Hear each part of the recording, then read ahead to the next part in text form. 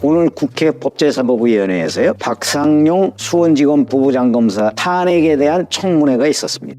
이 청문회에는 우선 박상용 검사 본인이 지금 영국 연수 중이거든요. 그러니까 아마 통지서를 못 받은 모양입니다. 그래서 그냥 언론 매체 이런 데에서만 나오고 그러니까 본인은 불출석하고요. 다른 대부분의 증인도 불출석하고 결국은 이화영 전 경기도 평화부지사만 출석했습니다. 썸네일 사진에 있듯이. 원래 이게 이재명 대북송금 연관된 수사를 했던 박상용 검사, 아마 그 검사를 불러서 이제 뭔가 수사 과정에서 불법, 회유 이런 것들이 있었던 것 아니냐 이렇게 몰아가기 위한 청문회였었는데 박상용 검사 본인이 출석을 할 수 없는 상황이 돼버렸으니까, 그리고 이제 아마 이제 7일이죠. 7일부터 시작하는 국정감사에 이제 증인으로도 채택이 된 모양입니다. 국정감사 증인은 만약에 불출석했을 경우에는 동행명령장, 이걸 이제 발부받아서 동행명령을 할 수가 있죠. 그리고 거기에도 불응하면 이제 고발하거나 이런 일이 가능합니다.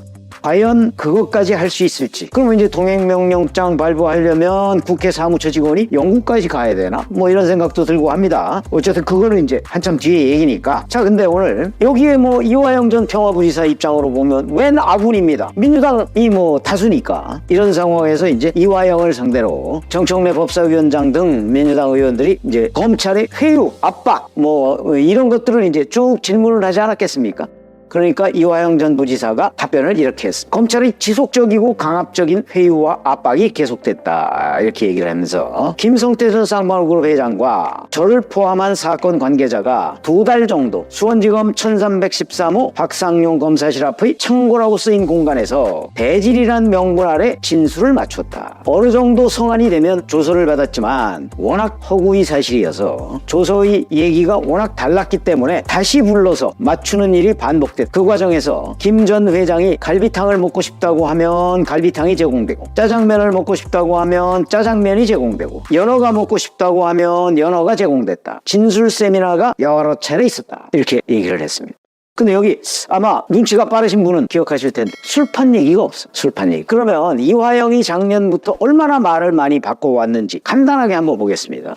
작년 6월 9일부터 이제 이른바 자백을 하기 시작했다고 하죠. 왜냐면 자기가 경기도 평화부지사니까 북한을 방문했고, 방문해서 북한의 스마트팜 사업을 해주겠다, 경기도에서 부담하겠다. 근데 그걸 가지고 경기도에 돌아와서 도의회 협력기금을 쓰려고 했더니 그게 안 된다. 그러니까 이제 북한에다 약속한 거를 지킬 수 없게 된 거 아닙니까? 그러니까 북한에서 화를 냈고, 그러니까 이제 김성태 전 회장한테 대납을 해달라. 왜냐면 김성태 전 회장이 경기도 사업을 대납해줄 이유가 없습니다.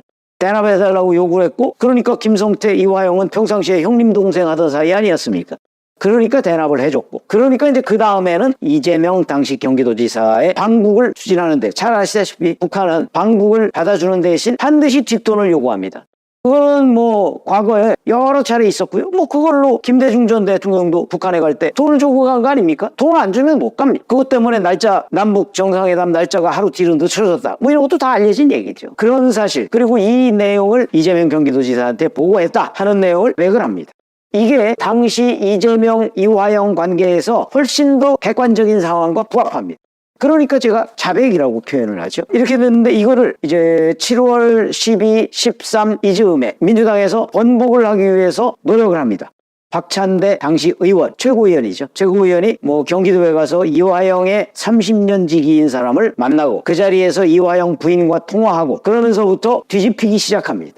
이제 이화영이, 저는 이중 플레이라고 제가 얘기하지 않았습니까? 그러니까 이재명 쪽에는 이거는 회유에 의한 것이다 라고 얘기하고, 검찰 쪽에는 사실대로 얘기했다가 하도 압박이 가해지니까 그러면 안 되겠다 해서 다시 뒤집는 과정이 7, 8, 9월 이렇게 있었습니다.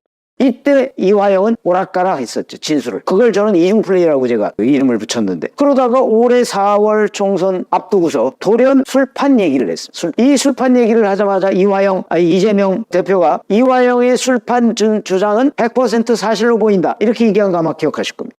이렇게 되니까 이제 술판 얘기할 때 연어 얘기도 나온 겁니다. 그때 쌍방울그룹의 전 직원이 쌍방울 법인카드로 연어를 사왔다, 구치소 앞에서, 이렇게 얘기를 했습니다. 그러니까 이제 검찰이 쌍방울그룹 법인카드 사용 내역에서 연어를 산 적이 있는가, 구치소 앞에서, 이거 싹 뒤졌는데 연어를 산 적이 없습니다.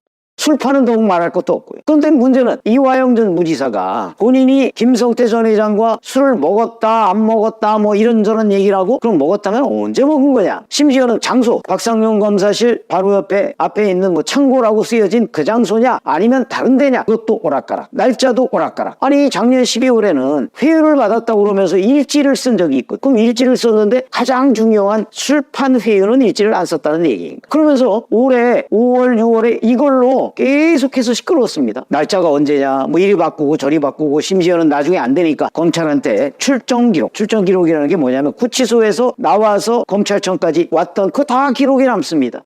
이화영이 지목하는 날짜를 여러 차례 구치소에서 그날은 출정 기록이 없었다, 그날은 대질이 없었다, 그러니까 오히려 이화영이 계속 말을 바꾸고 뭔가 사실과 다른 얘기를 하는 것으로 다 지금 알려져 있습니다.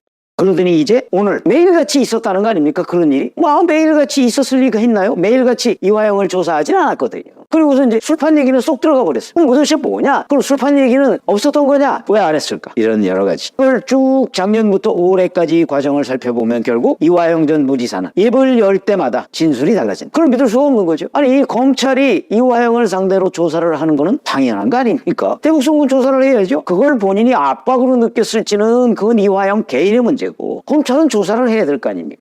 조사를 했을 겁니다. 근데 그걸 본인이 압박으로 느꼈다? 뭐 그럴 수는 있겠죠. 사실대로 얘기를 해달라고 얘기를 했을 테니까.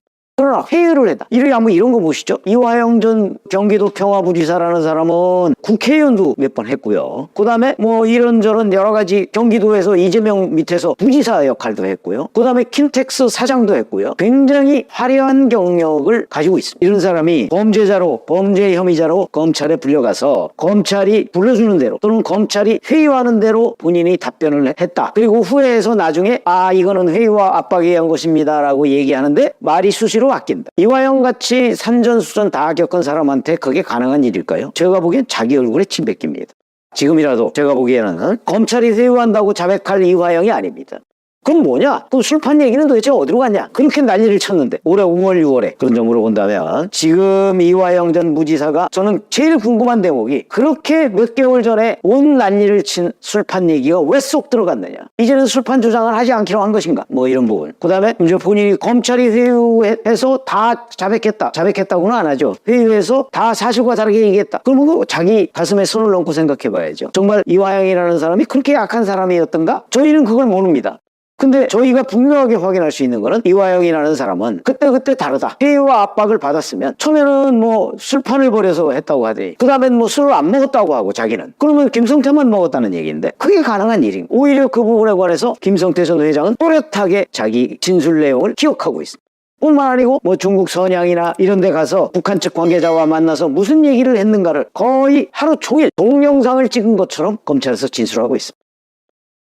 자, 이재명의 위정교사, 그 앞에는 선거법 관련해서 각각 징역 3년과 2년을 부형했는데 이게 이제 11월 달 되면 11월 15일에는 선거법 관련해서 1심 선고, 그리고 11월 25일에는 위정교사와 관련해서 1심 선고가 나오게 됩니다.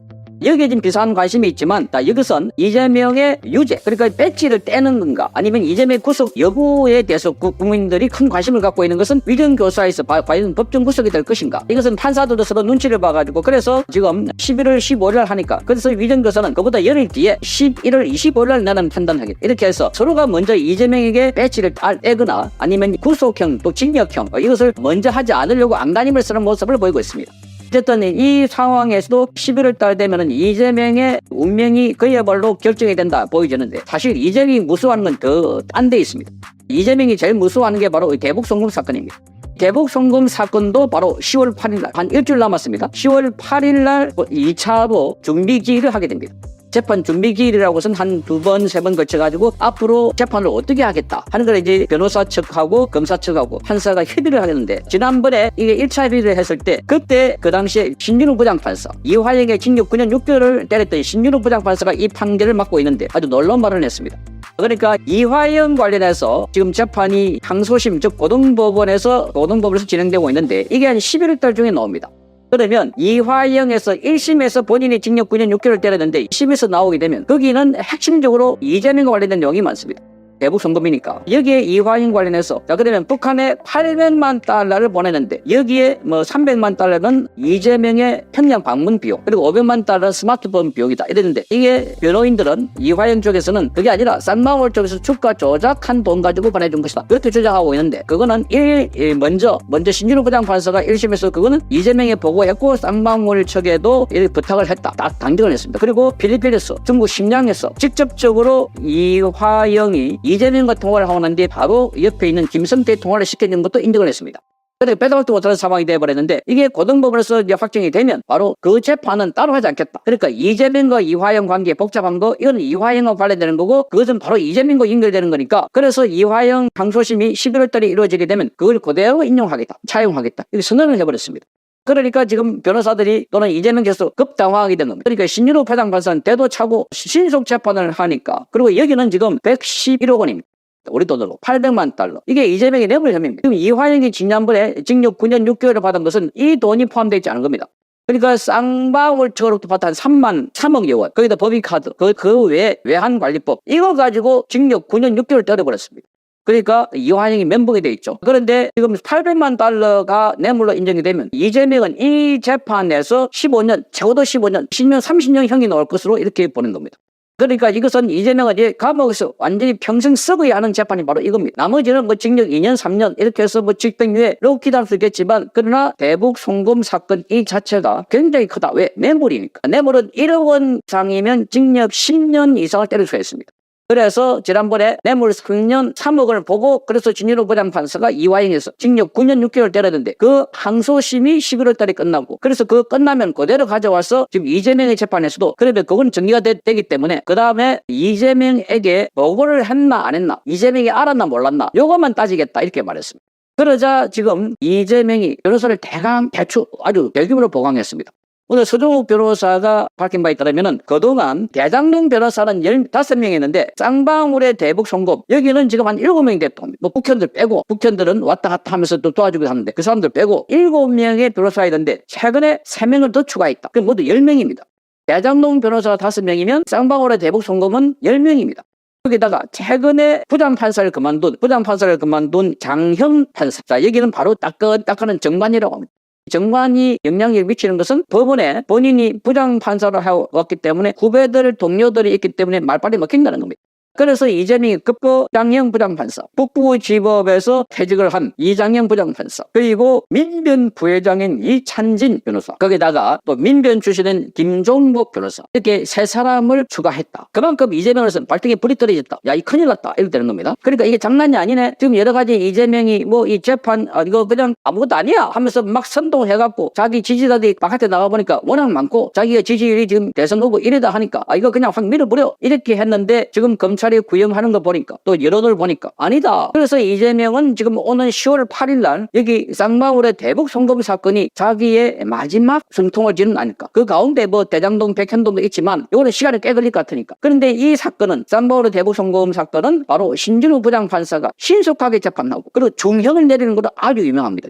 중요. 재판할 때는 뭐 피고인들에게 주의도 주거나 그렇게 하는데 이분은 그렇지 않다고 합니다. 가만히 다 듣고 있다가 나중에 선고를 하는 거 보면 깜짝 놀란다고 합니다. 이만큼 소신도 깊고 생각도 깊고 행동도 아주 결단 있게 과감성 있게 한다는 겁니다. 그러니 이재명으로서는 지금 선고가 15년, 20년 이상 나면은 적어도 15년, 20년 아마 20년 이상 날 걸로 봅니다. 25년 이상. 이렇게 되면 이재명은 인생 끝이다. 지금 60이 넘었는데. 그러니까 이런 범죄는 차별해주기도 힘듭니다. 왜냐하면 이게 정치범이 아니고 다른 치안 범죄이기 때문입니다.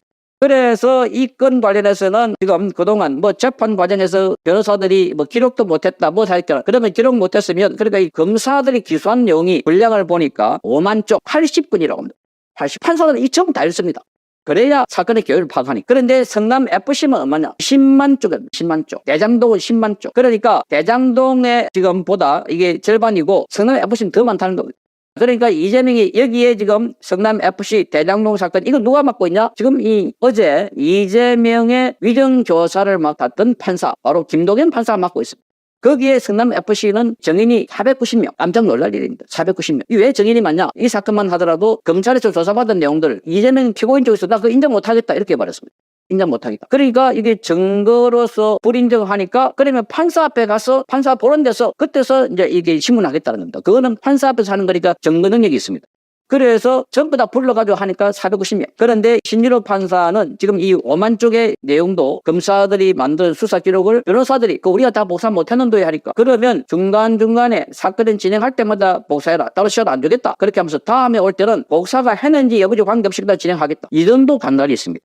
이 정도 강단. 그러니까 그 앞에 있는 뭐 유창훈이라든지 여기 뭐 김동현이라든지 이런 판사들은 그냥 이재명이 요구하면 술술 봐주는 그런 판사로 보이는데 그런데 신진호 판사는 그렇지 않습니다.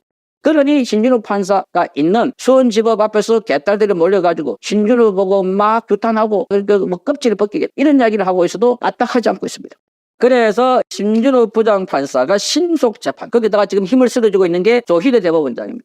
신속하게 재판하고 무엇보다도 공정하게 재판하라 이렇게 해서 재판 관련해서 한 달, 두 달이 지나고 난 뒤에 한 달 단위로 재판이 어느 정도 진행되든지 체크하겠다. 보고서를 써라 이렇게 말하고 있습니다.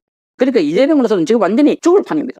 이 김명수 체제하고는 완전히 달라진 상황이고 그래서 이 건 관련해서는 지금 이재명으로서는 이게 만약에 선거법에서는 구속되기 힘들어 보이고 위증교사 관련해서는 법정 구속될 가능성이 있어 보입니다.